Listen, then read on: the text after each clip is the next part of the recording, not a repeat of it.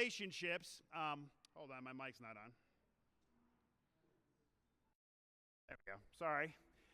This is primarily about relationships and how relationships, God uses relationships to form us, to change us, to make him more in his image. And last week we talked about friendship. Today, we're going to talk a little bit about romance and the relationships that evolve from romance. You know, relationships are the foundation of communities, of societies, and nearly every structure in humanity. One of the main reasons for this is that we are made in God's image, and God himself is a relational being. All right? For that reason, because we are in his image, we are relational. And so it's important that we learn how to build relationships from across the gamut of friendship all the way to family. All right? You know, Gus and I, we were at the gym this last week, and it was later at night, and so there wasn't a ton of people in there, but there's probably about 10 guys in there. And at one point, they've got like a jumping exercise where like you can jump up and see what your vertical is. You can kind of hit these tags that tells you what your vertical is. And it was set at like 10 and a half feet or 10 feet and 9 inches. So I just jumped up and grabbed it real quick. No, I'm just kidding. But Gus looked at it and he was like, I bet I could get that. And I was like, you can't get that. And so he's like, I could definitely get that. I was like, there's no way. And so we went over there, and then he jumped up, and he just barely missed it. And so we're laughing, and so then he tries again, and he misses again. And I'm just laughing, and a crowd starts to gather, all right? So some other guys come over, and they start trying to hit it as well. And before you know it, there's a bunch of us there trying to hit this marker, all right? And we're all laughing. We don't know each other, all right? We're cheering each other on, you know, and we're talking. And I say this because we are designed for connection. Like, it does not take much to bring people together. I mean, it doesn't take much to divide people either, I found out. But all it takes is a little piece of plastic that you're trying to jump up and hit for a bunch of strange men to come together in camaraderie and gather and want to be with one another. We gravitate to connection. We're made for it. Genesis chapter 1 says, Then God said, let us make man in our image. And I want you to keep in mind that that is plural, all right? Let us make man in our image, according to our likeness. They will rule the fish of the sea, the birds of the sky, the livestock, the whole earth, and the creatures that crawl on the earth. So God created man in his own image. He created him in the image of God. He created them male and female. You know, one of the very first things, if you open the Bible, and if you were to start from Genesis chapter 1, one of the very first things that you learn is that God is relational. All right? He is multiple in his very nature. All right? And this is where the doctrine of the Trinity comes from. We're not going to talk about that right now. But the very idea that God is three in one shows right from the beginning. One of the very first things that any human is going to learn about God is that he himself is relational with himself. All right? And that he is relational with this whole celestial body. All right? And that he wants to be relational with his creation.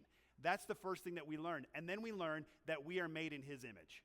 So right after we learn that in his very nature, God is relational, we next learn that we are made in his image. Therefore, we are also made to be relational. All right?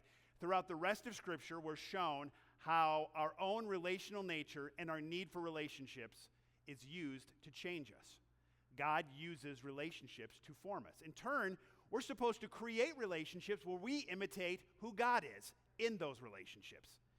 You know, interestingly, a majority of our most important relationships, we don't get to choose.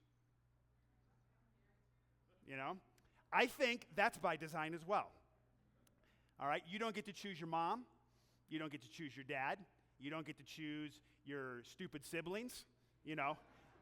You don't get to choose your grandparents. Here's the thing. You don't really even get to choose your children. You just get to choose when and where you're going to have them. Or maybe not, you know.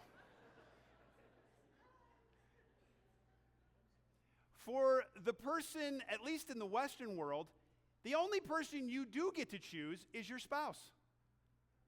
All right? You get to choose your spouse. which is why it's startling to me the casualness or the thoughtlessness with which so many people approach the way they choose, court, and decide upon their spouse.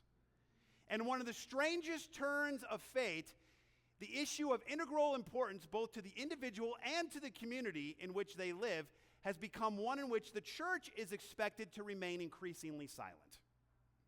For some people, the church is supposed to weigh in on heavy, complex, global issues that plague humanity, and yet is also expected to remain quiet about the types of personal choices, like this one, that is often the precursor to all the problems that we have in the world. The relationship between the health of a society and the strength of that society's family structure is perhaps one that is difficult to measure. There are so many cultures all over the world that do family so differently from one another. In this very room, we do family differently from one another. And that's part of the beauty of living in a plurality of different cultures and backgrounds and histories, all right? And yet, I think you'd be hard-pressed to find any anthropologist or any serious historian that wouldn't admit that the family structure is one of the most important building blocks to all civilization. You know, there was a period in the last 100 years or so where there was a thought that perhaps a well-resourced entity like a government could do a better job raising healthy kids than their families, who were oftentimes largely uneducated, all right? That has been summarily disproven over the course of atrocities of the last 100 years.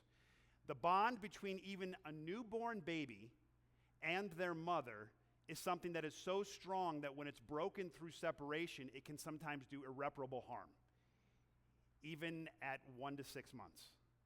The attachment between children and family is something that cannot be simulated through artificial structures, organizations, or the activity of outside parties. The understanding that neuroscientists, psychologists, and sociologists have gleaned in this subject in the last 30 years seems to be just the tip of the iceberg. And the point that I want us to be clear about is that family is not some superficial social construct. It seems to be a hardwired biological need, as though we were actually created for familial connection. So when we extend that fact further, it's no wonder that many historians have pointed out that when the family structure is strong, community tends to be strong.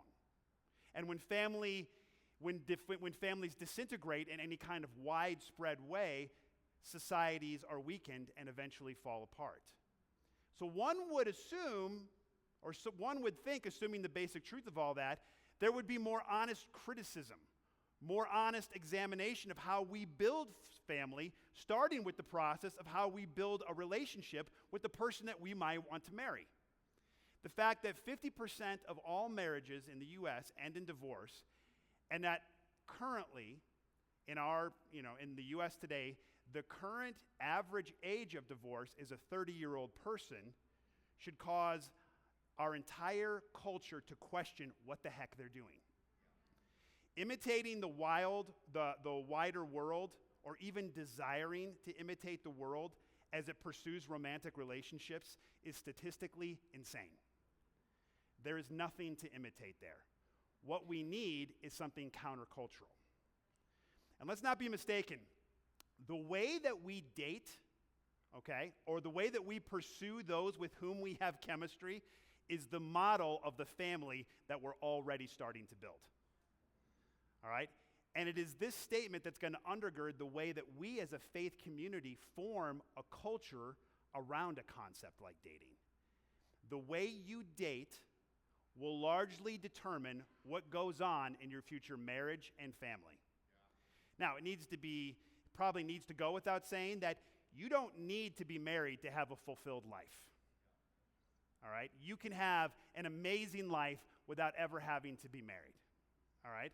However, if you do desire to be married and you want to have a family, then the way that you go about it is important. All right? Now, in this room, there's a lot of people who are already locked in, okay? You are married already. There's no getting out of it. All right, look at the person next to you. That's who you got. That's your person for the rest of your life. All right, there's no loopholes. There's no way out. All right, you made your choice. Congratulations. All right. That being said, we have a responsibility, even if you are married, to support a healthy culture in helping other people to build dating relationships and marriages. All right? We should always be thinking about the next generation. We should always be thinking of how we can help that along. Now, there are many of you here, those of the younger persuasion, who are not married. All right? And who are hoping one day to be married. All right, and I want to talk a little bit about the culture that we are seeking to build here as a faith fellowship to support that dating environment, okay? But to be honest, addressing a topic like romance and dating and building a relationship is a clunky thing to do on a Sunday morning, okay? It isn't straightforward, all right? It's an issue addressed most appropriately through the application of wisdom, okay? And wisdom is a gift that's best applied in the gray areas of life, you know, like not where things are absolutely right or absolutely wrong, but where there's kind of like ambiguity. And so dating falls into that whole arena where you have to apply wisdom because there isn't always just a right or a wrong with everything. You know, I've spent a lot of time trying to framework this discussion so that what I say isn't easily considered to be irrelevant, okay? The challenge is that the concept of dating never existed in the Bible. All right, the concept of dating is relatively new altogether in the course of human history. It certainly doesn't exist in the Bible. So there is no explicit command that we can follow as it pertains to dating. Okay? Now, there are a lot of wisdom commands as it pertains to relationships. There's a lot of commands about morality, like you're not allowed to murder your boyfriend or girlfriend, okay? That doesn't have a lot to do with dating, but you're not allowed to murder, therefore you're not allowed to murder your boyfriend or girlfriend, right? So there's a lot of black and white commands like that you can apply, but as far as how do you go about building a healthy relationship, well, we have to take principles of wisdom for that. Does that make sense? There's not going to be any dating examples in the Bible. What we do find in the Bible is timeless wisdom. Thus, our task as a faith family is to take an ancient biblical wisdom and apply it to a very modern and wildly flawed apparatus that we call dating. All right? You know, the first time that dating is even mentioned in language, we believe, is in 1896 in a Chicago newspaper. Yep, that's the first time it's ever even mentioned. So it's just not very old. My goal this morning is to describe a biblically wise and healthy culture of dating that we as a faith family should be teaching and that we should be forming in our fellowship. Amen? Go ahead and open to Luke chapter 14. I think the first thing I would want anyone to understand that is trying to apply wisdom to a dating culture is that when building such a culture, you shouldn't be building a culture that just helps people to avoid sin. All right? You should actually be building a culture that is preparing them for more intimate and lasting commitment. If we apply the Bible to modern dating, then its culture ought to be preparing people for future relationships, especially marriage.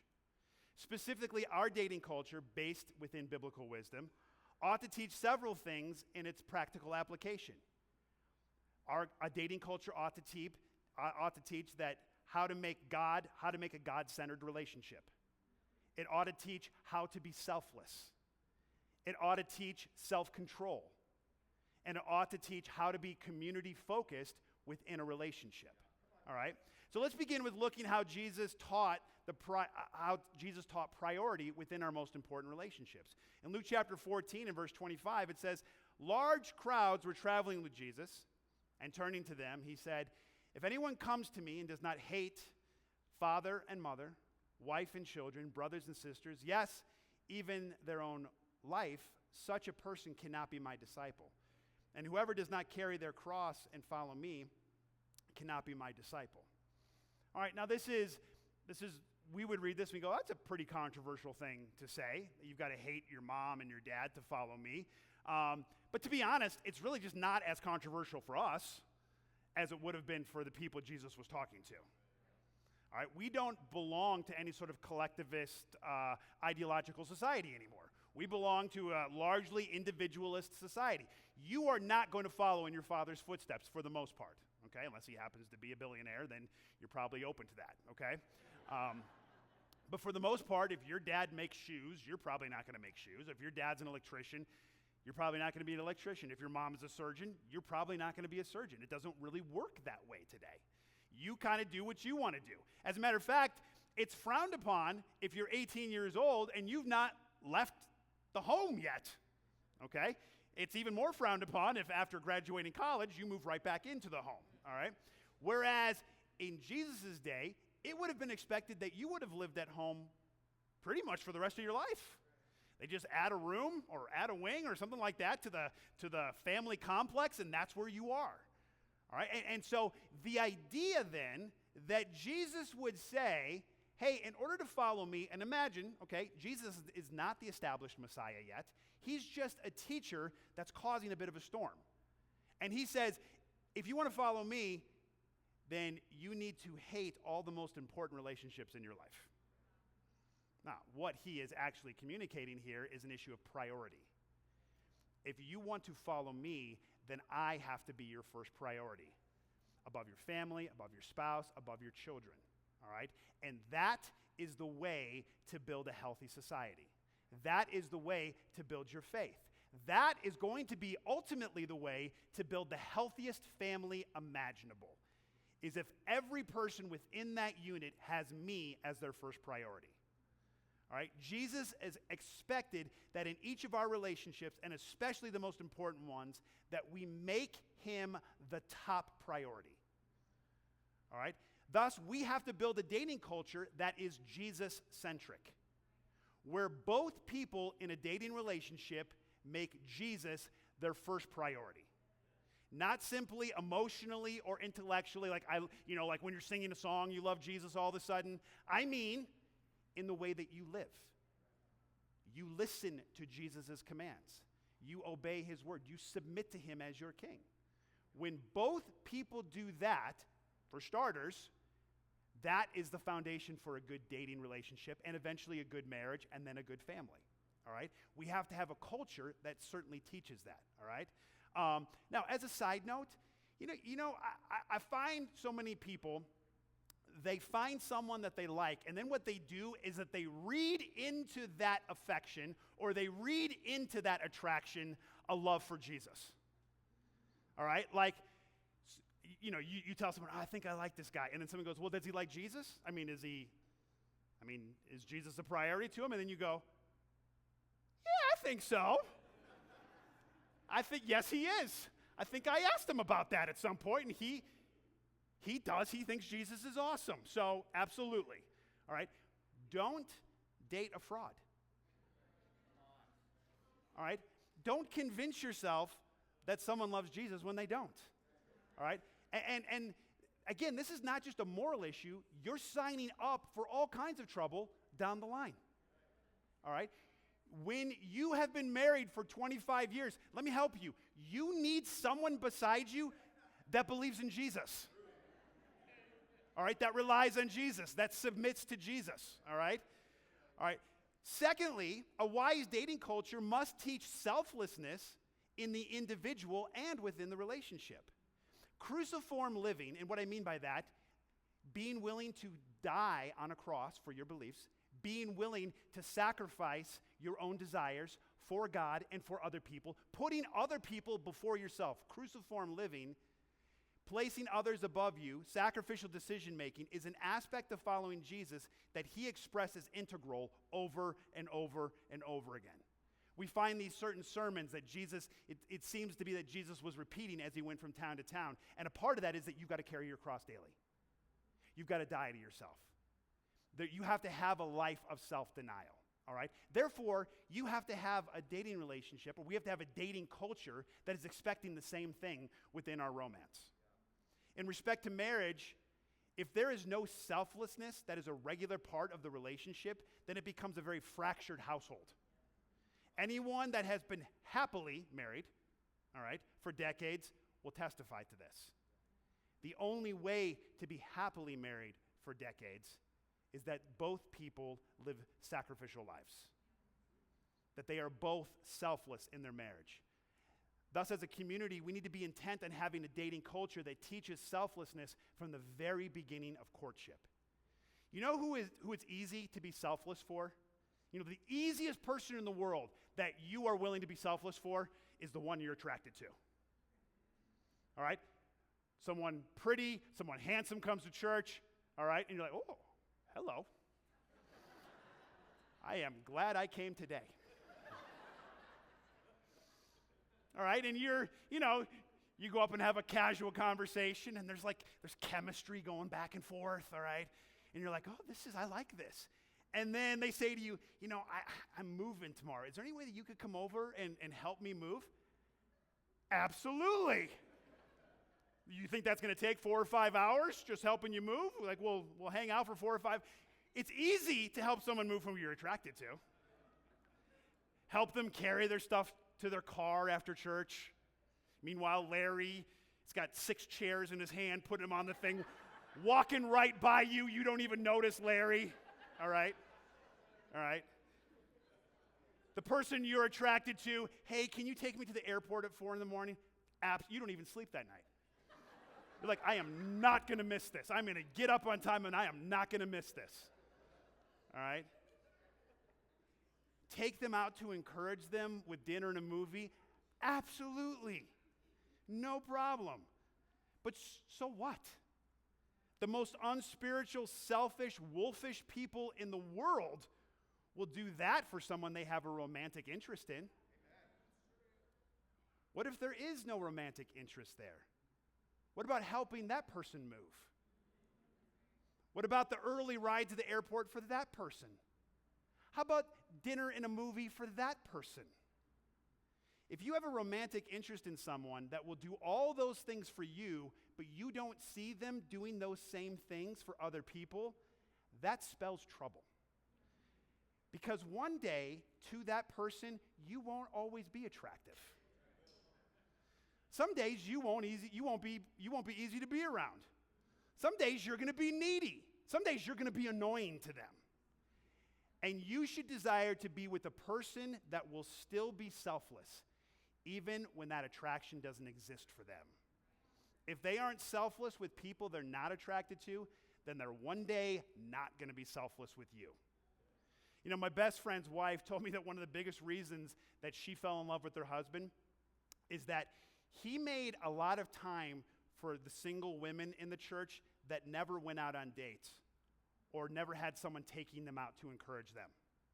He would get a group of friends together, and he would set up dates with his friends to take single women out, not romantically, but just in an effort to help them feel that they have male friends that care about them, that think about them, that want to encourage them, that want to look out for them.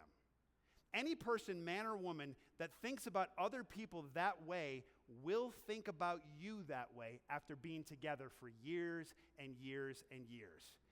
And that gave her a sense of security about a future with my best friend.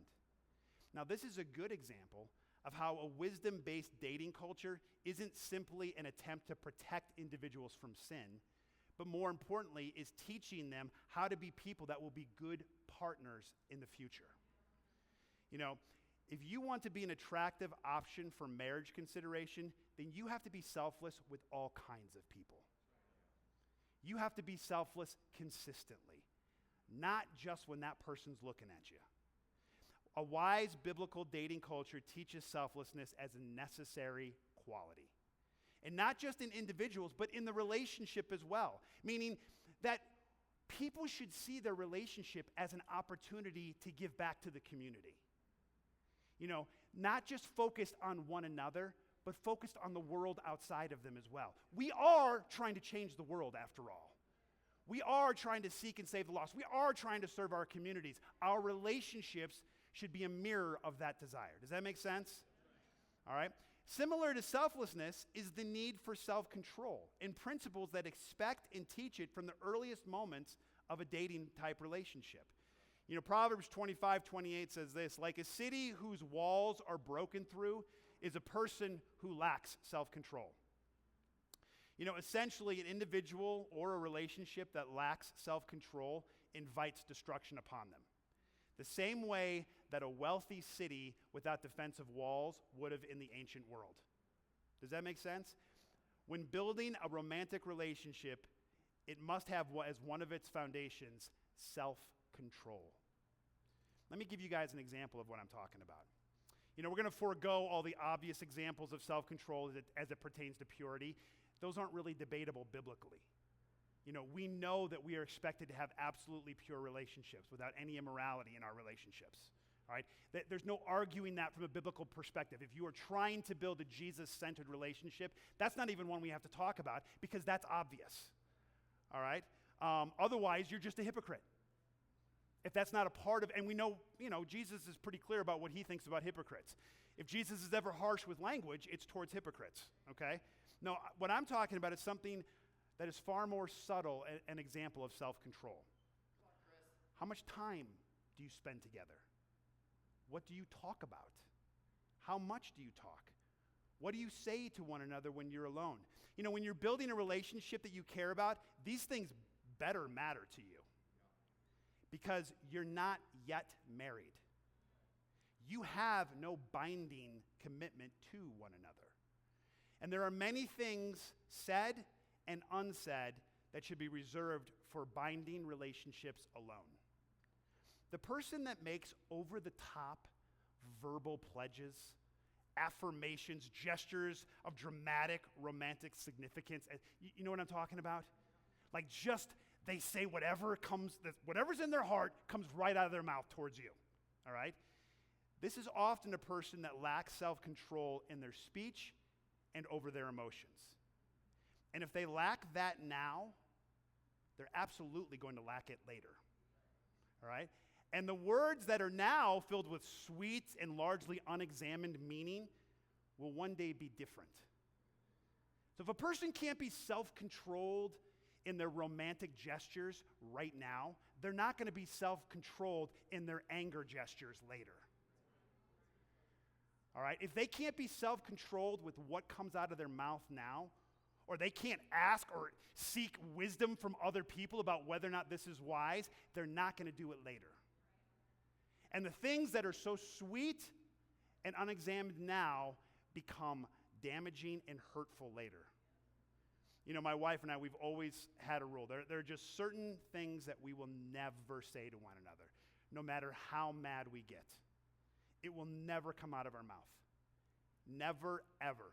Because here's the thing, when you say a thing, you can never unhear it. If you say a thing, like this is why when like married people, sometimes they'll fight and they'll say something so utterly stupid like, well, maybe we should have never got married. All right, that is such an idiotic, dumb thing to say. You're saying something to hurt somebody, but what you don't realize is that they will always remember that you said that. It won't matter that you say you didn't mean it. It was in your mind, and it came out of your mouth, and it will stick with them probably for the rest of their lives. Someone who cannot be self-controlled in the time they spend with you and what they say to you, they're not going to be self-controlled in marriage either. And what is sweet now becomes damaging later. Does that make sense? You wouldn't marry someone that lacks no self-control in finances, right? Let's say you like someone and they're like, well, hey, just so you know, I was thinking of, just before we get married, I do have $200,000 in credit card debt. All right, now that sounds crazy. That's not actually that crazy these days. Okay? And like, if you didn't know that before, you'd be like, holy cow. All right, here's the thing. If you marry that person, now that debt's yours. You now carry that debt. And here's the thing. The wedding ceremony will not change their self-control issues. All right? Like, if they're not self-controlled now, they're not going to be self-controlled because they walk down the aisle. All right? You would think about some of these things before you get married. It should be the same thing now. You should be and we should be building a culture that is teaching practical applications of self-control. All right? But another important aspect to, go ahead and open your Bibles to Song of Solomon, please, chapter 2. Here's another important aspect to the wisdom of self-control in dating culture.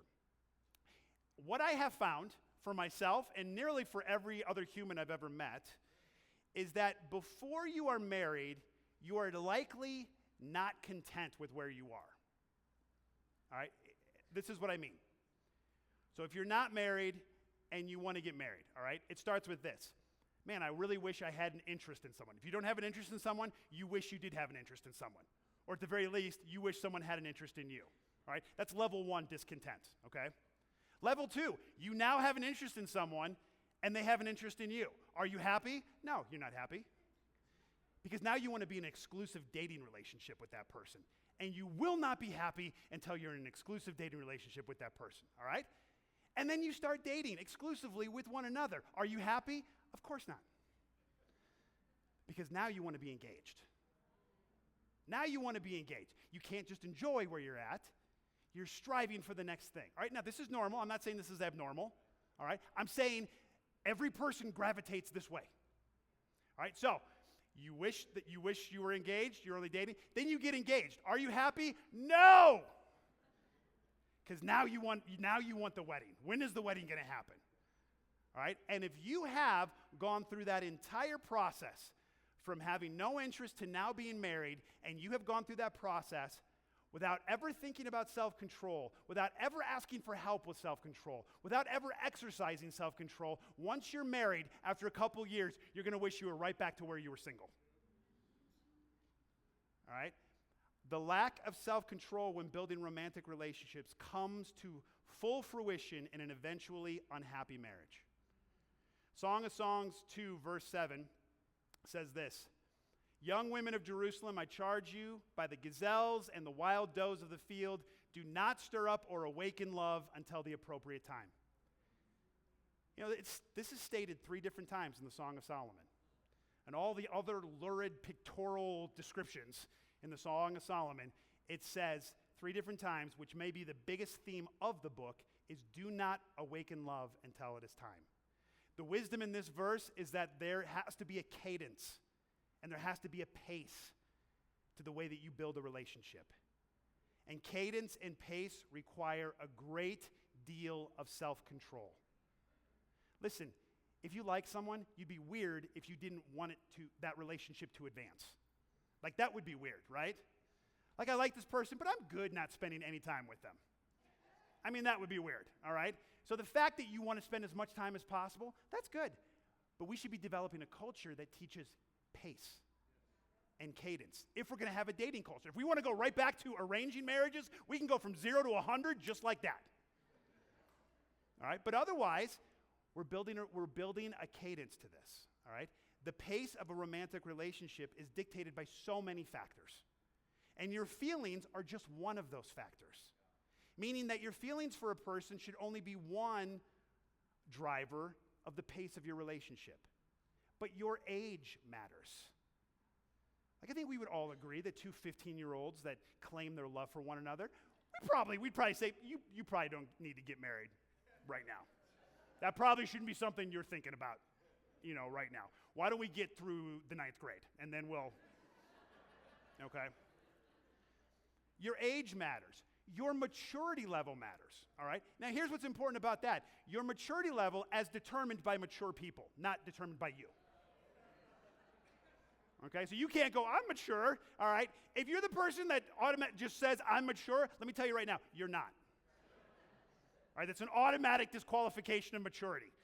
All right, what maturity does is they go to someone whom they respect as being mature, all right? That means not their best friend who's the same exact age and less mature than them, all right? You go to someone who is mature, who has built a life that you respect, and you go to them and you ask, hey, am I mature in your eyes, and where do you think I could become more mature? All right, your maturity matters in pace. Your life stage, like, do you have a job? Can you support a family? All right? Do you have the ability to take care of one another? All right? Your walk with God matters. It certainly matters to me if you want to build, like, okay, as a father of a daughter, all right? Do I want some idiot who doesn't care about God, who declares their undying love for my daughter? Do I think that they should be together? No, I don't. I pray that every day. And I'm not kidding. Every day, I have a little card for my daughter that I pray. I've got a lot. I pray for protection, and then I pray two things. I pray, number one, that she marries a man who will never stop loving God as long as he breathes. And secondly, I pray she marries a man that I actually like. All right? But all of those factors should determine the pace at which your relationship develops. That only makes sense if you want to have a healthy relationship. All right? And again, this all matters because these things translate into marital skills. Impulse control is absolutely necessary in marriage. For finances, decision making, having annoying kids, all of that, all right? You've got to have self-control. If you don't have it in the dating relationship, you are building a family life that will be miserable, all right? To awaken the torrent of romance and love without regard to pace is foolishness, a foolishness that will carry into marriage and family. Finally, a healthy dating culture should emphasize the need for community in a relationship. You know, I graduated in my undergrad from the University of Massachusetts, and the University of Massachusetts is an agricultural school, but they used to actually train ministers as well. They haven't done that for a very, very long time. But they used to have a lot of books. They didn't know what to do with them. And so we had a 26-story library at the University of Massachusetts. And on the 7th floor, it was all religion and spirituality, the entire floor. And I used to go look at the old books. And I found this really interesting, it's not really a book, it's more of a log book. And it was for a local Presbyterian church. And it had the minutes of all of their elders' meetings. All right? So I opened it up to like a meeting in like 1890 something, okay? And I'm going through what they're dealing with. And it's amazing that what they're dealing with is pretty similar to what we're dealing with today, okay? But at one point, they have a point in the meeting where young couples come before the elders and ask their blessing to get married. So we're going to start doing that. No, I'm just kidding.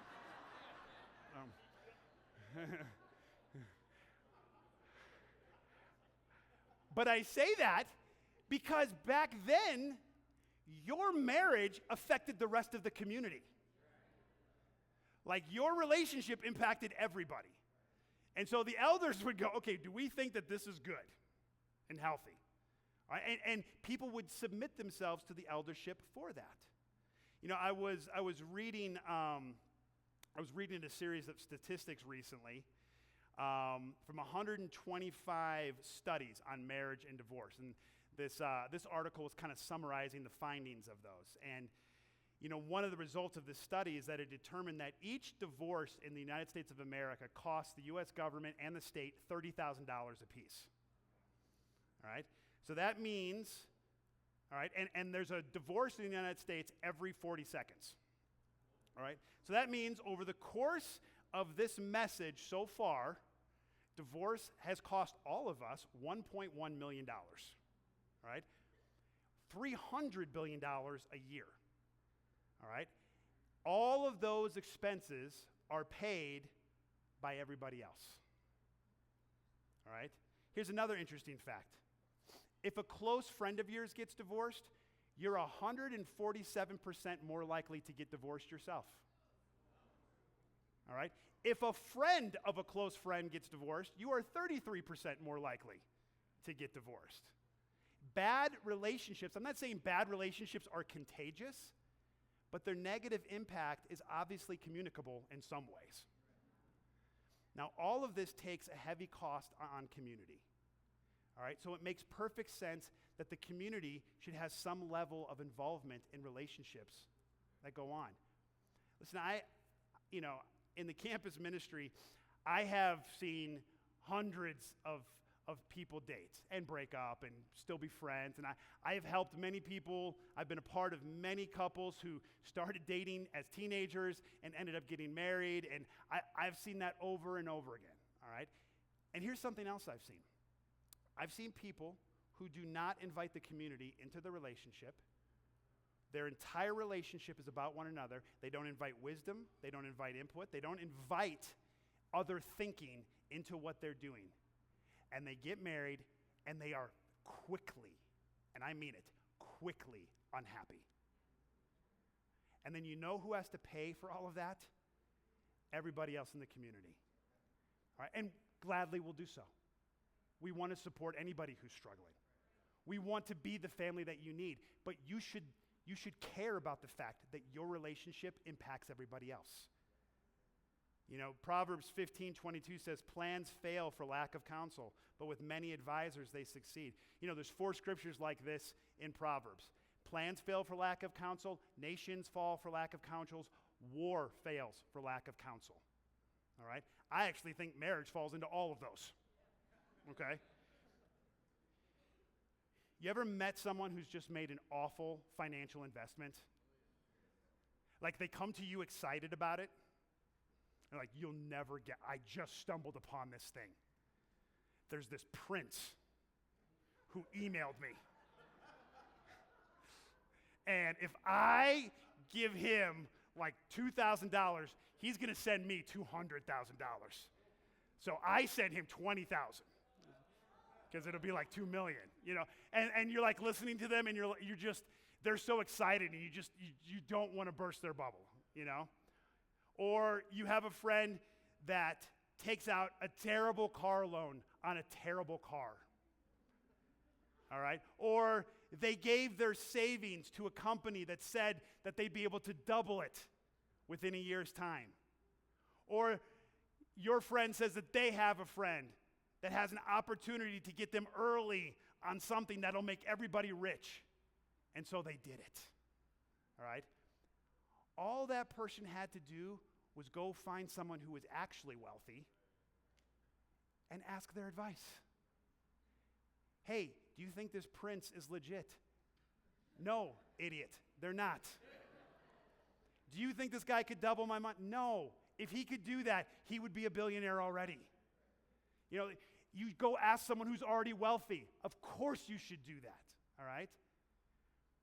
All they had to do was ask. None of those are lifelong decisions, though. You know what I mean? Losing money, that doesn't have to be a lifelong impact. But who you may choose to partner with for the rest of your life, that has a lifelong impact on you. So ask. In the end, you have to decide if you want to listen to the people around you. You don't have to listen to anybody. But you would be a fool not to ask. Now, let me say something else, okay, for the old heads in the room, okay? Some of us are very opinionated about what we think about dating, okay? So let me start with this. If you have a terrible marriage, shut up. like, how about be humble, all right? I'm not saying you don't have any wisdom to dispense, but don't walk around like you are the vessel of all wisdom regarding dating for young people, all right? You should just pray and be humble, all right? I think we should all be reluctant to give advice, all right? We should. All right, now when it's our kids, whatever, you know, walk wisely, but giving advice is dangerous, all right? Because if they listen to your advice and it backfires, all right, they're going to blame you. Not for a week, not for a month, but for the rest of their life. All right? But we should all be reluctant to be telling people what to do. That being said, you know, if you decided that you wanted to build a house from scratch, okay, and you worked at it with all of your might, like every single day, you put a ton of effort into it. Like it's not a lack of effort that's going on here. You dig the foundation, you start building things, all right? And all of a sudden, a plumber walks by, and they look at what you're building, all right? And they know in their minds that you're making mistakes because they know the plumbing's got to come in later, and what you're doing right now is going to make it really difficult to install the plumbing later, all right? Here's the decision that they have to make. Do I interfere with what they're doing right now? You know, or do I just let them learn on their own? All right, and that's a tough one. All right, because if you're building the house, some random plumber coming up to you and going, hey, just so you know, what you're doing right here, this isn't going to work later on. You're immediately annoyed with that person. All right? And that person knows that you're annoyed with them. All right? The better thing to do is before you start building a house is just ask some questions.